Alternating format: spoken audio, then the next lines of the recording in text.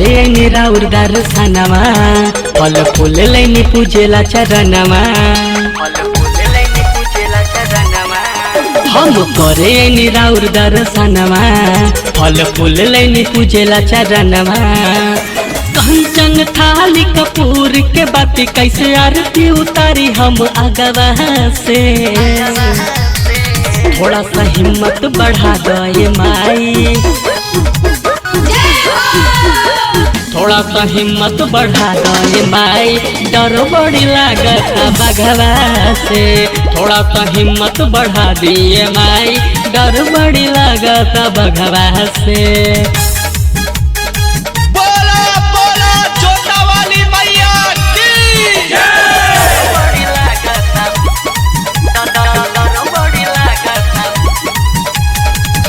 हो रही से कुछू नहीं खैनी ए माई खाली गोड़े हैनी भो रही से कुछू नहीं खैनी हे माई खाली गोड़े हैनी बाड़ू माहियों के माई हम पे हो जा सहाय हम दर्शन करल चाही लगवा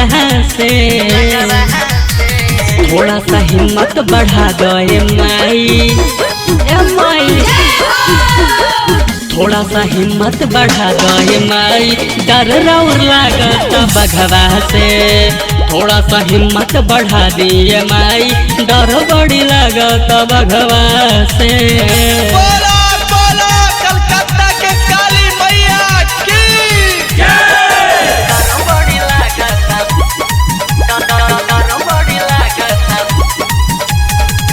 बेटा बाप कृपा बरसावा ए माई चल दिसे आवा बेटा बाप कृपा बरसावा ए माई चल दिसे आवा गगन जोड़ले बहात माई दे तू साथ माही अहिनी दुआरे बड़ी भगवा से